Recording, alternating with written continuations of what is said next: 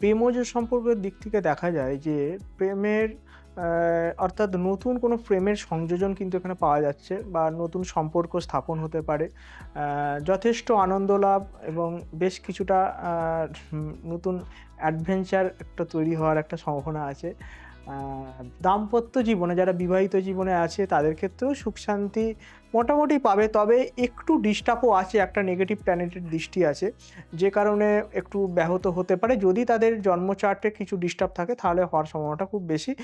প্রেমজ এবং বিবাহ বা বিবাহজনিত সম্পর্কের ক্ষেত্রে আমরা দেখতে পেলাম যে কোথাও একটা মিশ্র ফল দিচ্ছে, কিন্তু বারবার যেটা অঞ্জন বলে সেটা হচ্ছে প্রপার ন্যাটাল চার্ট এনে বা আমরা যেটাকে রাশি মানে কি বলবো আমাদের যে কুষ্ঠি সেইটিকে এনে যদি বিচার করানো হয় তাহলে এটা ম্যান টু ম্যান ভ্যারি করবে। এটা আবারও আমি বলে দিলাম যে ওভারঅল একটা প্রেডিকশন আমরা বলছি আজ এখান থেকে বসে।